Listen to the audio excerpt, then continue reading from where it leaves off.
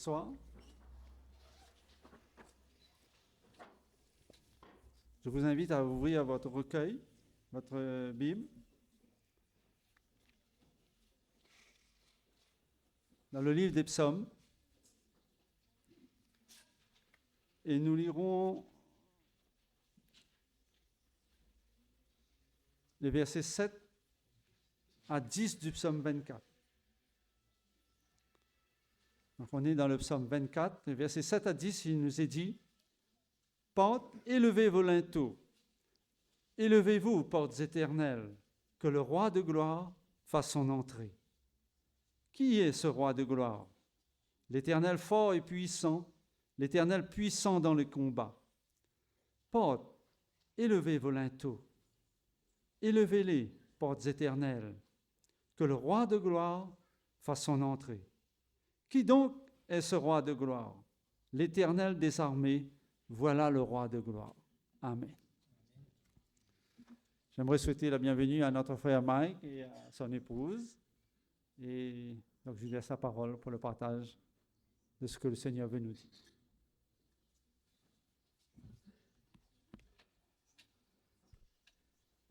Bon sabbat, que le Seigneur vous bénisse. Je suis heureux d'être avec vous ce matin, d'être devant vous ce matin pour vous partager cette parole du Seigneur. C'est l'histoire que j'aimerais que nous puissions nous rappeler ici est une histoire qui est troublante, qui est une histoire qui embête parfois, souvent. C'est l'histoire d'Uza. Vous connaissez qui est Uza? Un homme qui a simplement voulu aider l'arche de Dieu qui allait trébucher et qui, quand il l'a touché, l'Éternel s'est mis en colère et il est mort. Pourtant, Uza a simplement voulu aider. Mais avant de venir à là, j'aimerais que nous puissions prier et nous verrons tout ce contexte, mais déjà réclamons la puissance du Seigneur. Oui, notre Dieu, par ton Saint-Esprit, descends sur ton peuple et que la parole qui soit dite ne soit pas la mienne, mais que je puisse être effacé derrière la croix de Jésus-Christ. Sois loué notre Dieu, car c'est au nom de Jésus que nous chantons tes louanges. Amen. Alors, pour comprendre l'histoire qui se trouve en 2 Samuel chapitre 6, il faut déjà commencer en 1 Samuel chapitre 4. Et nous allons aller petit à petit pour comprendre que s'est-il passé réellement avec cette histoire d'Uza. Pourquoi s'est-il passé un châtiment aussi terrible? Si même que David ne voulut plus avoir l'arche de l'alliance avec lui. On est en 1 Samuel au chapitre 4. 1 Samuel au chapitre 4. Et avant même de vous proposer les versets que nous allons prendre dans ce chapitre-là, je vais préciser d'abord que l'arche de Dieu n'est pas encore installée à Jérusalem. L'arche de Dieu est installée dans un autre, le sanctuaire de Dieu est installé dans un autre endroit, c'est Silo.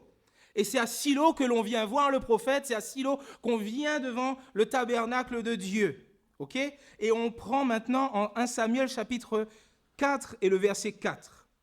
Et on nous dit, je lis dans la version Darby, donc ce sera un petit peu différent à travers les mots, mais l'idée est là. Et le peuple envoya à Silo, et on apporta de là l'arche de l'alliance de l'Éternel des armées. Donc vous voyez que l'arche était bien à Silo. Donc l'arche de l'Éternel des armées qui siège entre les chérubins. Et les 2 fils d'Élie, Ophni et Phiné, étaient là avec l'arche de l'alliance. Et je viens au verset 6.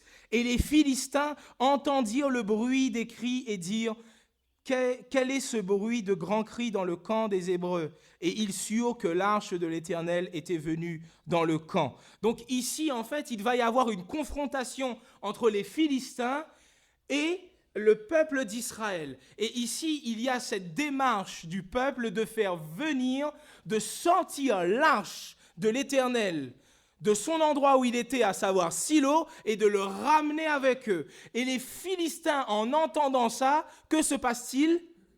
Ils tremblent, ils ont peur, parce qu'ils ont entendu les miracles que l'Éternel a opérés à travers et pour surtout son peuple. Alors, verset 7, on nous dit « Et les Philistins craignirent, car ils dirent « Dieu est venu dans le camp ». Et ils dirent « Malheur à nous, car il n'en a jamais été ainsi auparavant. Malheur à nous, qui nous délivrera de la main de ces dieux puissants ? Ce sont là les dieux qui ont frappé les Égyptiens de toutes sortes de plaies dans le désert. » Et oui, les Égyptiens ne comprenaient pas, bien évidemment, qu'il n'y avait qu'un seul Dieu. Ils appelaient même le Dieu d'Israël ses dieux. Ils leur appelaient comme c'était plusieurs dieux. Okay ? Donc ne vous inquiétez pas là-dessus. Mais ici, vous voyez que les Philistins ont peur, mais est-ce que cela va freiner leur attaque ? Non. Les Philistins vont quand même décider d'attaquer Israël. Et qui va être vainqueur ?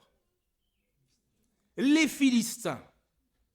Alors cela s'accorde avec le fait que, vous savez, dans cette période-là, on est avec, juste avant, on a l'histoire de Anne, okay, qui va avoir son enfant qui s'appelle Samuel. Et Samuel, alors qu'il est tout petit, il va avoir la parole de l'Éternel qui était rare en ces temps-là, qui va lui parler et il va lui dire des choses qui sont dures, qui sont graves, parce que le prêtre, le souverain sacrificateur de l'époque qui s'appelait Élie, ses fils, ils sont comment ?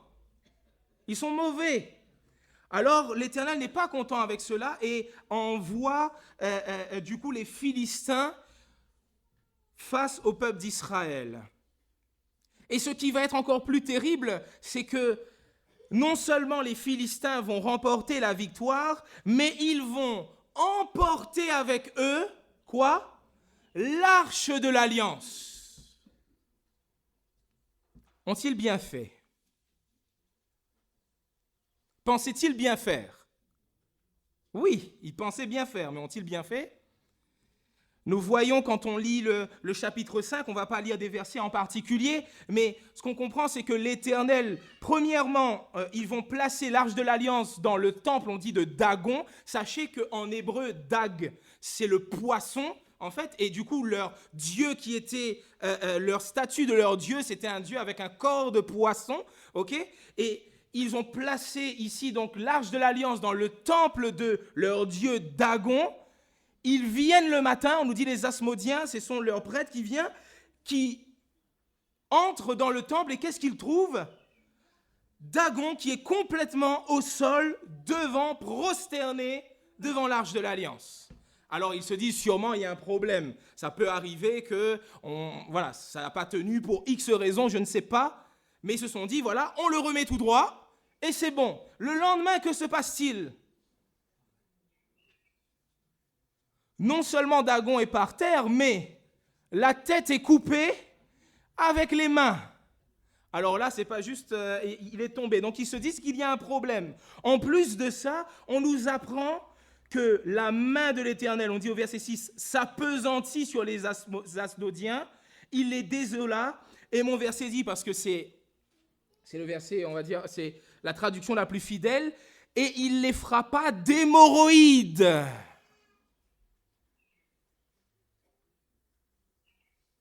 Alors, quand eux, ils voient ça, les Asdodiens, donc, ils déplacent l'arche et ils les envoient dans un autre endroit des Philistins. Et cet autre endroit, non, on n'en veut pas, on a entendu, et ils déplacent. Jusqu'à se dire que, finalement, au chapitre 6, on apprend que l'arche de l'Éternel a été quand même pendant combien de temps avec les Philistins? 7 mois chez les Philistins. Un long séjour, mais un dur séjour. Alors, on nous dit au verset 1, « Et l'arche de l'Éternel fut 7 mois dans le pays des Philistins, et les Philistins appelèrent les sacrificateurs et les devins, disant, « Que ferons-nous de l'arche de l'Éternel?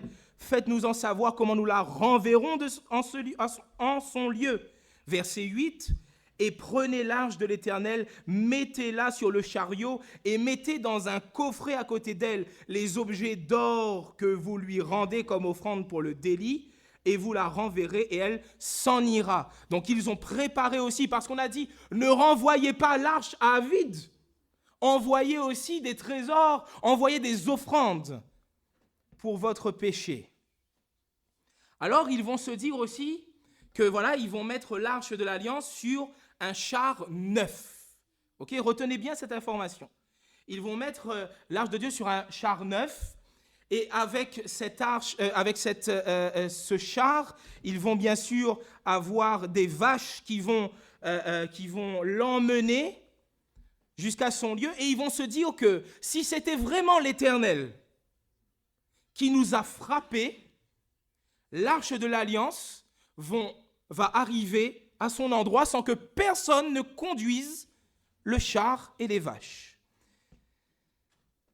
Et voici ce qui se passe, on nous dit au verset 12, « Et les vaches allèrent tout droit par le chemin du côté de Beth-Shemesh.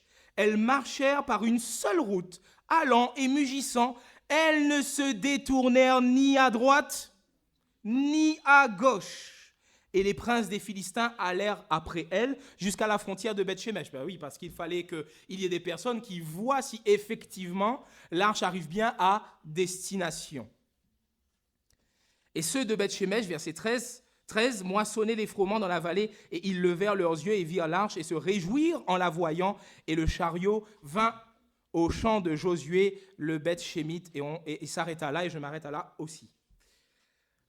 Vous voyez qu'ils ont essayé de prendre l'arche avec eux, et voici ce qui s'est passé, cette désolation parmi les Philistins, et ils ont fait renvoyer l'arche de l'Alliance sur un char neuf, et ce char est bien arrivé, donc ici à Beth-Shemesh, auprès d'Israélites, parce que c'était bien les Israélites qui habitaient, enfin des Israélites qui habitaient cet endroit, Beth-Shemesh, et ils voient l'arche arriver, et ils sont contents que l'arche revienne chez eux. Très bien, on pourrait se dire, mais super, génial. Pas tout à fait. Parce que cette arche qui a été gardée 7 mois chez les Philistins et qui revient avec le peuple d'Israël et ici, dans cet endroit de Beth-Shemesh, il va y avoir un problème parce que verset 19 de ce même chapitre, on nous dit « Et l'Éternel frappa les hommes de Beth-Shemesh. » Ce ne sont pas des Philistins, ce sont des Israélites. L'Éternel frappa les hommes de Beth-Shemesh. Pourquoi ? Car ils regardèrent dans l'arche de l'Éternel. Alors, ce qui suit, on nous dit « Et il frappa du peuple ». Peut-être dans votre version, il y a la question de 50 000 personnes. Alors ici, il faut faire attention parce que dans des manuscrits différents de la Bible, on nous parle juste de 70 personnes. Et je vous dis pourquoi c'est que 70 personnes et non pas 50 000. Parce que Beth-Shemesh était une petite ville. Il est très improbable que déjà elle puisse habiter 50 000 personnes déjà. Et si elle aurait pu habiter 50 000 personnes, ben c'est toutes les personnes qui sont mortes ici.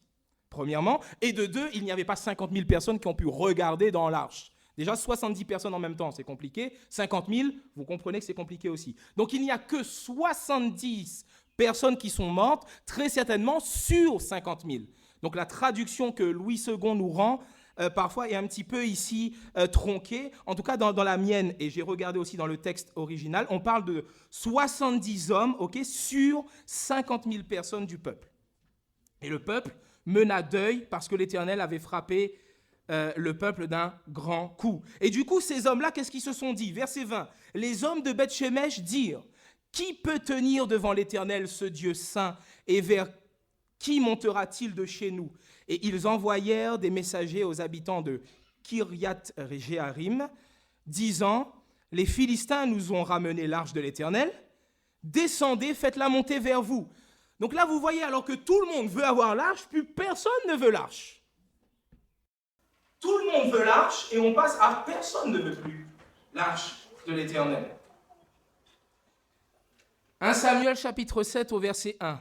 Les hommes de Kiriath-Jéarim vinrent et firent monter l'arche de l'Éternel et la portèrent dans la maison d'Abinadab sur la colline, ou à Gibéa, parce que colline c'est Gibéa, et ils sanctifièrent Éléazar son fils pour garder l'arche de l'Éternel.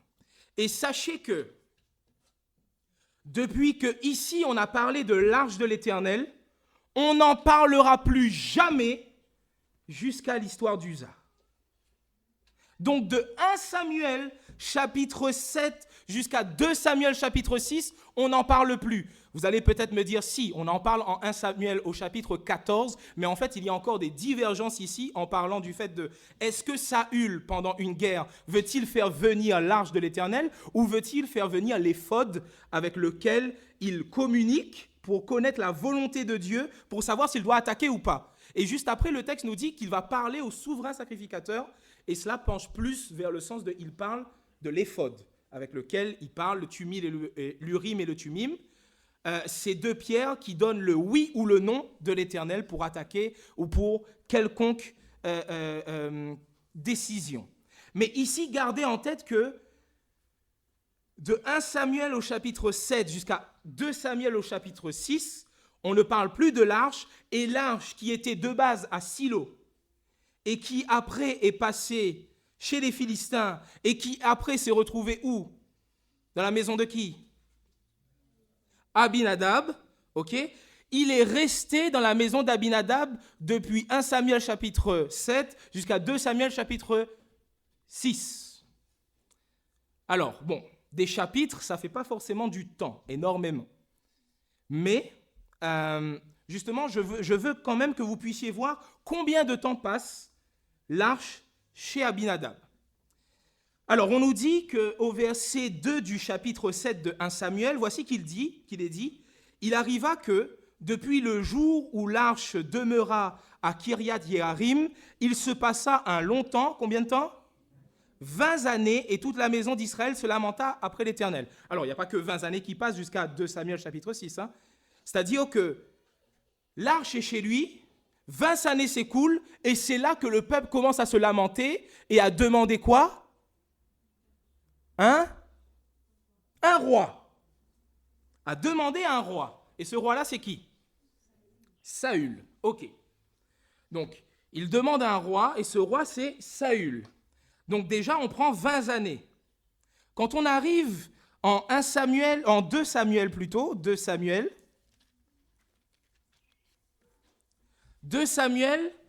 chapitre 1,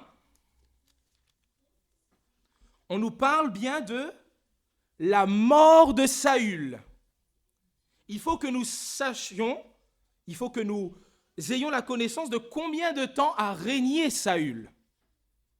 Pour connaître, à partir de 2 Samuel chapitre 1, on est à combien de temps? Combien de temps Samuel a-t-il régné sur Israël? Quelqu'un le sait-il peut-être? Oui, non? Alors pour ça, pour le coup, les livres des rois ne nous donnent pas beaucoup d'informations là-dessus, mais, et gloire soit rendue à Dieu, en Actes chapitre 13, Paul va discourir et il va parler de choses qui se sont arrivées au peuple d'Israël, et il va dire au verset 21 de Actes au chapitre 13, donc c'est Paul qui parle en disant « Et puis ils demandèrent, à savoir le peuple, les enfants d'Israël, demandèrent un roi. Dieu leur donna Saül, fils de Kis, homme de la tribu de Benjamin, pendant 40 ans. » Donc 40 ans, Saül a régné sur Israël et après il est mort. Donc on ajoute nos 20 ans aux 40 ans, on est à combien de temps? 60 ans déjà que l'arche de l'Éternel est restée chez Abinadab. Très bien.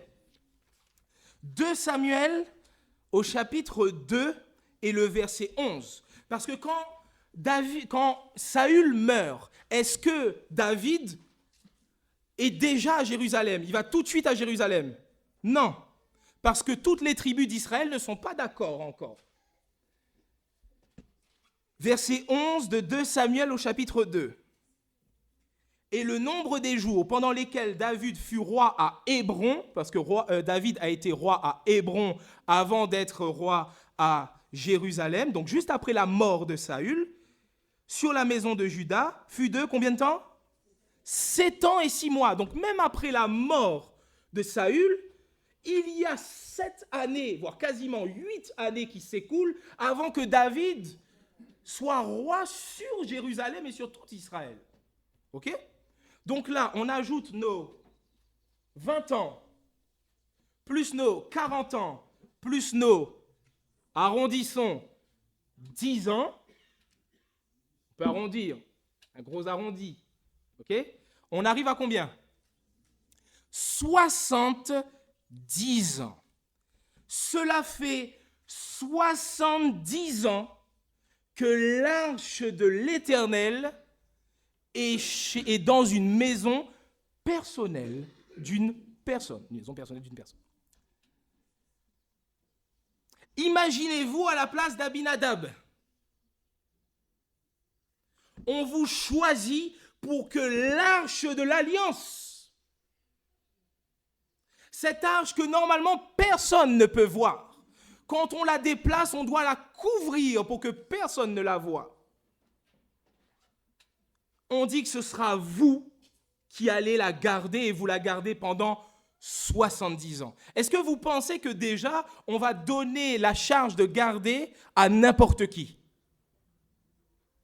Oui? Quelqu'un qui passe comme ça, ah toi, tu passes là, je te donne. Non! On va la confier à quelqu'un de confiance, à quelqu'un qui a fait ses preuves. En plus, on va investir son fils, on nous dit en 1 Samuel au chapitre 7, on va investir le fils d'Abinadab qui s'appelle comment? Est-ce que vous vous souvenez rapidement? Éléazar. Ok? Et dans le texte biblique, il y a vraiment une résonance parce que Éléazar, c'était le fils de qui avant? Pas celui-là, hein? Mais Éléazar, c'est notamment le nom du fils de qui? Aaron.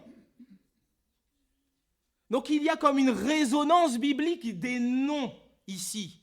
On le confie à un Éléazar qui se voit être consacré pour cela. Ok.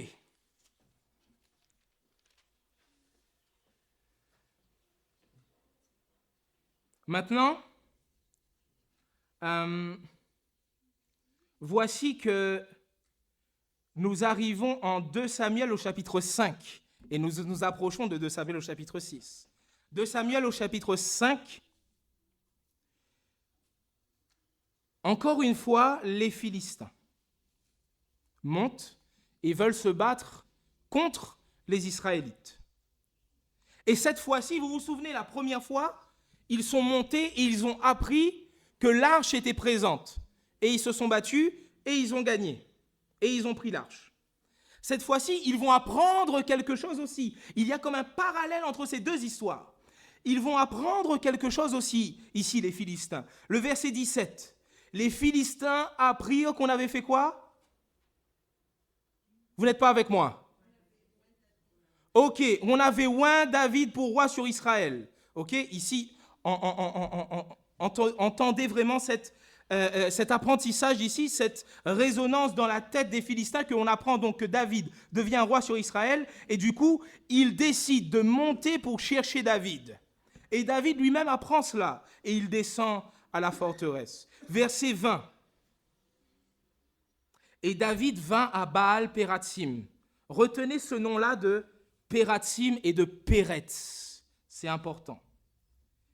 Et là, David les frappa. Et il dit, l'Éternel a fait une brèche. Le mot hébreu pour brèche, c'est Péretz, justement. On est à Baal-Pératsim. Pératsim, c'est le pluriel de Péretz. Péretz, Pératsim, ok? Donc l'Éternel a fait une brèche, Péretz, au milieu de mes ennemis devant moi, comme une brèche, Péretz, fait par les eaux. C'est pourquoi il appela le nom de ce lieu Baal-Pératsim. Et voici que, vous voyez, cette fois-ci, qui est le plus fort? Philistin, Israël? Israël, qui est le plus fort. Et le peuple est content et le peuple est dans la joie. Et on arrive maintenant au chapitre 6. Et David, verset 1, assembla encore toute l'élite d'Israël, 30 000 hommes. Ce qui est intéressant, c'est qu'il y a encore un écho ici au contexte de 1 Samuel au chapitre 4. Parce qu'en 1 Samuel chapitre 4, savez-vous combien d'hommes sont morts par les Philistins?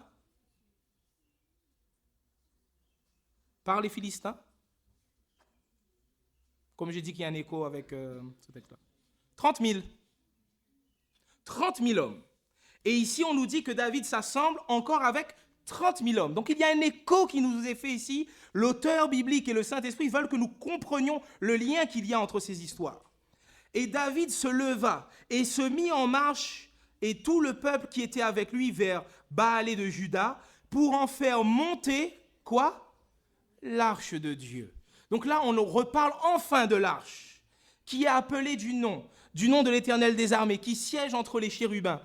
Et ils montèrent l'arche de Dieu sur un chariot neuf. On n'avait pas parlé de chariot neuf tout à l'heure? Ok, chariot neuf, mais c'était qui avait fait ça? Les Philistins. Ok.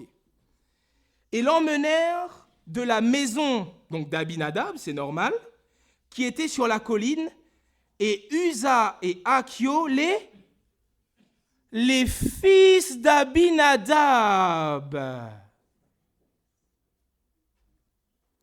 Uza avait l'arche de l'alliance sous son toit. Alors, je ne dirais pas qu'il l'avait pendant 70 ans, parce qu'il n'était sûrement pas né à ce moment-là, mais il l'avait sous son toit, Uza. Son père avait été choisi pour garder l'arche de l'alliance. Son frère avait été choisi, consacré pour pouvoir tenir et conserver cette arche.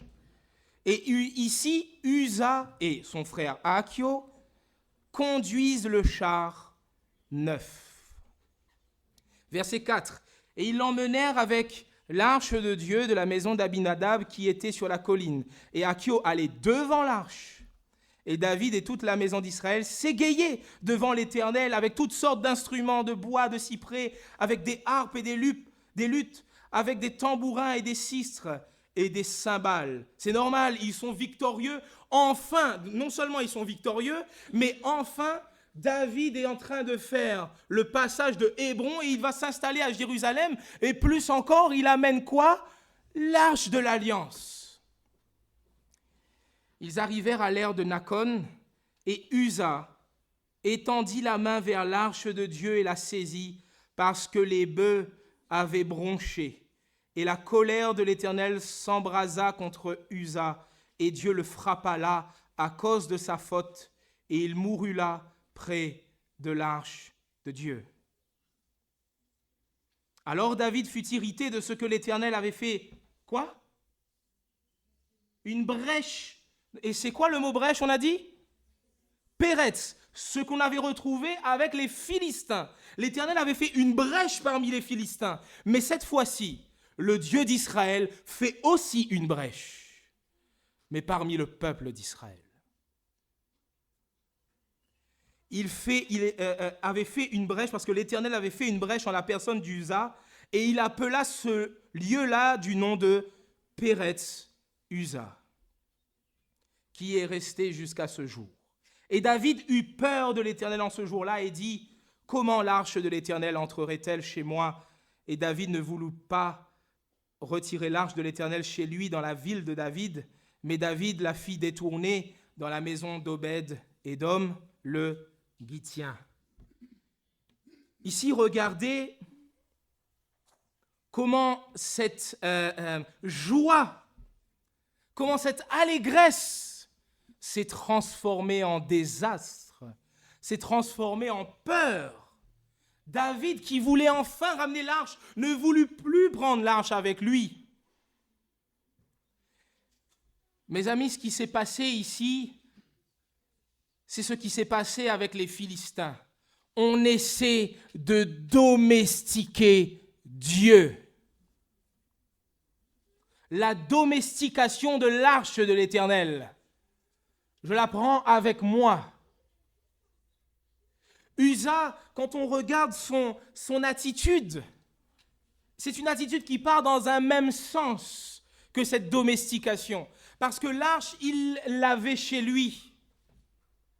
Mais vous voyez, ce n'est pas parce que l'Éternel est présent dans ma maison, ce n'est pas parce que Dieu est présent dans l'Église que je suis changé. Dieu peut être présent, et sachez que l'Éternel des armées est avec nous ce matin. Normalement, on entend Amen, mais cela ne génère pas chez vous la présence du Seigneur, un saint Amen. C'est malheureux. Mais ce n'est pas parce que l'Éternel est présent que cela crée un changement. Uza l'avait pendant toute sa vie jusqu'à maintenant. Et voyez son attitude. Alors on pourrait voir une attitude qui est correcte, parce qu'on nous dit bien que les bœufs étaient en train de broncher. Et Uza voulait aider. Mes amis, j'ai deux choses à vous dire premièrement. Le fait que l'arche ait été mise sur un chariot neuf, est-ce que c'est comme cela que Dieu a dit qu'on transportait son arche? Non. Dieu a dit, concernant tous les ustensiles, tous les matériaux sacrés du sanctuaire, vous pourrez les mettre sur des chariots. Mais l'arche, vous ne la mettrez pas sur un chariot. Je la donne aux fils de Kehat, les Kéhatites, qui doivent, eux, porter l'arche sur leurs épaules après que les Lévites aient recouvert l'arche. Voici, premièrement, pourquoi Dieu n'accepte pas cela. Cela vient d'un bon cœur, mais cela ne vient pas de l'obéissance à Dieu. Dieu a donné des instructions, et ici, le peuple n'observe pas ces instructions. Alors, concernant les Philistins, bien sûr, Dieu ne leur a pas ajouté châtiment sur le fait qu'ils renvoient l'arche sur un chariot, parce que, premièrement, ils en avaient déjà assez, bavé, mais aussi, les Philistins ne connaissaient pas cette loi. Alors, Dieu a reçu de bon cœur le fait qu'ils renvoient enfin l'arche de Dieu. Et regardez bien, Uza, qui a entendu cette histoire, qui connaît, parce que l'arche est avec lui, on lui a raconté cette histoire, que le chariot est revenu. Est-ce que quelqu'un gardait le chariot de Dieu? Est-ce que quelqu'un gardait le chariot sur lequel l'arche avait été mise par les Philistins? Quelqu'un aidait les vaches à aller d'un endroit ou à un autre? Non. Et l'arche est-elle bien arrivée à son endroit? Oui. Uza le savait. Pourquoi a-t-il donc eu peur de cela? Il y a un dicton qu'on dit en français et qui est tout à fait approprié pour cette histoire. La familiarité engendre le mépris. La familiarité engendre le mépris. Uza était beaucoup trop familier avec l'arche de Dieu, si bien même qu'il pensait pouvoir faire ce qu'il voulait, la toucher, et alors que cela était complètement interdit. Mes amis, sommes-nous parfois trop familiers avec Dieu?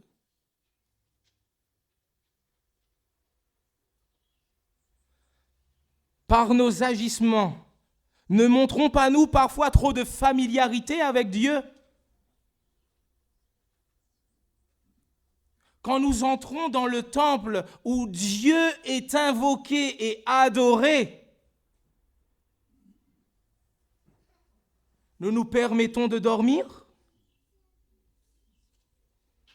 Nous nous permettons de parler de divers sujets variés? Et on se dit, ah, mais c'est mon Père, c'est Dieu, il connaît. Alors, dans le monde surtout évangélique, on va dire que, et on entend beaucoup ça, parce que j'écoute beaucoup ça, parce que j'allais dire chez les jeunes, mais je suis jeune aussi, ne vous inquiétez pas. On entend, maintenant on entend ça, on entend même dans des chansons qui se font, déjà les styles des chansons qui se font maintenant, je ne suis pas en cohérence, mais ça c'est un autre sujet que je ne rentre pas dedans, mais les paroles, où on dit que voilà, Jésus c'est le poteau, Jésus c'est le frérot. Mes amis, chers jeunes, Jésus n'est pas votre poteau. Jésus n'est pas votre frérot. Amen. Jésus est le Dieu saint qui est devenu votre frère et votre ami. Cela devrait engendrer chez nous un amour profond et un saint respect.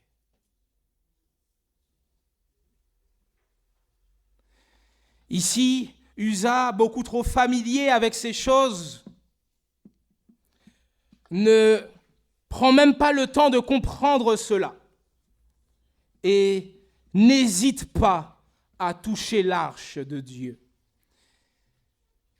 Mes amis, le fait qu'il y ait cette notion de brèche, de péretz, d'un côté avec les Philistins et de l'autre côté avec Uza, nous montre que le danger le plus grand n'est pas toujours l'ennemi qui est en dehors, mais c'est quand ceux, écoutez bien, je ne vous vois pas attentif, le danger le plus grand, ce n'est pas toujours l'ennemi qui est dehors, mais c'est quand ceux qui sont à l'intérieur ne craignent plus Dieu.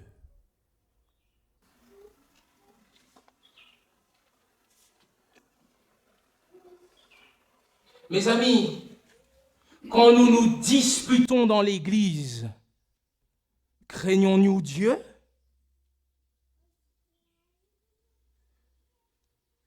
Quand nous dormons dans l'Église, craignons-nous Dieu? Quand nous parlons de sujets divers et variés, alors qu'on est en train de louer le Seigneur, alors qu'on est en train de prier, alors que la parole de Dieu est proclamée, craignons-nous Dieu?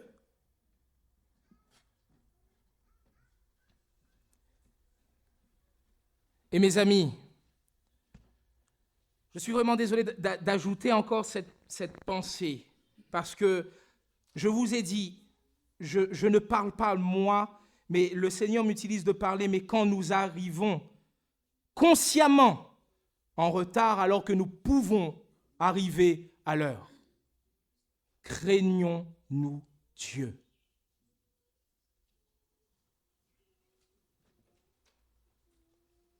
Mes amis, Dieu est saint. Le Seigneur ne veut pas que nous ayons peur de lui. Le Seigneur veut que nous l'aimions. Et la parole de Dieu dit que l'amour bannit la crainte. Et quand il dit bannit la crainte, c'est cette crainte de peur de Dieu. Mais l'amour ne bannit pas le respect que nous devons à notre Créateur.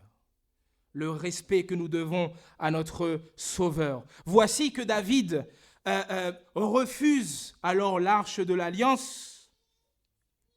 Et ce qui est intéressant ici, c'est que dans le livre Patriarches et Prophètes, Ellen White va ajouter que David refuse l'arche de l'Éternel, non pas parce qu'il se dit « Ah, je voulais la prendre, ah ben non, je ne veux plus maintenant ». Non. Parce que David s'est rendu compte qu'il n'était pas totalement en phase avec Dieu. Alors il décide de ne pas recevoir l'arche de Dieu à Jérusalem, dans la cité de David, ce qui aurait été un symbole fort de la présence de David, de la présence de l'Éternel avec David. Mais David décide d'abord de se confesser, de se retirer, et fait détourner l'arche de l'Alliance chez Obed-Édom, le Gittien, qui est aussi un Israélite. Et voici ce qui est dit pourtant concernant Obed. Le verset 11 de 2 Samuel au chapitre 6, « Et l'arche de l'Éternel demeura 3 mois dans la maison d'Obed-Édom, le Gittien, et l'Éternel fait quoi? Bénit Obed-Édom et toute sa maison. » Parce que ici, celui-ci, Obed-Édom, bien rempli d'une sainte crainte de Dieu, accepte avec joie et obéissance la présence du Seigneur à ses côtés. Alors quand après David, après avoir fait quand on nous mentionne en tout cas dans Patriarches et Prophètes, cette remise en question, cet examen de conscience devant le Seigneur, revient et prend l'arche dans la maison d'Obed-Édom pour la ramener cette fois-ci à Jérusalem, voici ce qui se passe. Verset 12. Et on rapporta au roi David en disant, l'Éternel a béni la maison d'Obed-Édom et tout ce qui est à lui à cause de l'arche de Dieu. Et David alla et fit monter l'arche de Dieu de la maison d'Obed-Édom dans la ville de David avec joie. Et regardez, et il arriva quand ceux qui portaient l'arche de l'Éternel. Vous voyez déjà la différence? Ici maintenant, on est revenu au commandement de Dieu. Dieu a dit qu'il faut porter son arche, donc on porte l'arche de Dieu. Donc il arriva quand ceux qui portaient l'arche de Dieu avaient fait 6 pas, ils sacrifiaient un taureau et une bête grasse. Et David dansait de toute sa force devant l'Éternel, et David était ceint d'un éphod de lin. Et David et toute la maison d'Israël faisaient monter l'arche de l'Éternel avec des cris de joie et au son des trompettes. Ici, ce qui est intéressant, et c'est là que je fais le lien avec le texte qui vous a été lu par notre frère Elio. Ellen White le dit aussi dans Patriarches et Prophètes, et sachez aussi que des spécialistes du texte biblique, quand ils lisent le psaume 24 concernant le fait de « porte, élevez vos linteaux, élevez les portes éternelles », cela constitue le chant d'entrée de l'arche de Dieu dans la cité de Jérusalem. Cela veut dire que quand ils étaient ici à marcher et à faire entrer l'arche de l'Éternel enfin dans la cité de David, dans la ville de Jérusalem, ils chantaient ce psaume. Ils chantaient ce psaume que je vous invite à reprendre. Psaume 24, à partir du verset 7. Et ce qui est intéressant, c'est que dans ce psaume, il y a comme un jeu de questions-réponses qui est donné ici. Et j'aimerais que nous puissions le faire pour nous sentir aussi comme les Israélites qui ont fait cela. De ce côté-là, regardez-moi, parce que sinon vous ne verrez pas. ok, de ce côté-là, nous posons les questions, ok? On pose des questions à savoir qui est ce roi de gloire, ok? C'est que qui est ce roi de gloire. Et ici, de ce côté-là, nous disons les autres phrases. Porte et levez vos linteaux et nous répondons à la question qui est faite. Et moi, je vous accompagne tous à partir du verset 7. Donc avec moi, ce côté ici, porte, élevez vos linteaux, élevez-vous, portes éternelles, que le roi de gloire fasse son entrée. À vous? Répondons, l'Éternel fort et puissant, l'Éternel puissant dans les combats. Porte, élevez vos linteaux, élevez les portes éternelles, que le roi de gloire fasse son entrée. À vous? L'Éternel des armées, voilà le roi de gloire. Mes amis, quand ils arrivaient avec ce chant, ils comprenaient que ce n'est pas n'importe qui est ici. J'aimerais terminer en vous disant, peut-être que ça fait des années que vous êtes dans l'église. Peut-être que ça fait des années que vous côtoyez le Seigneur.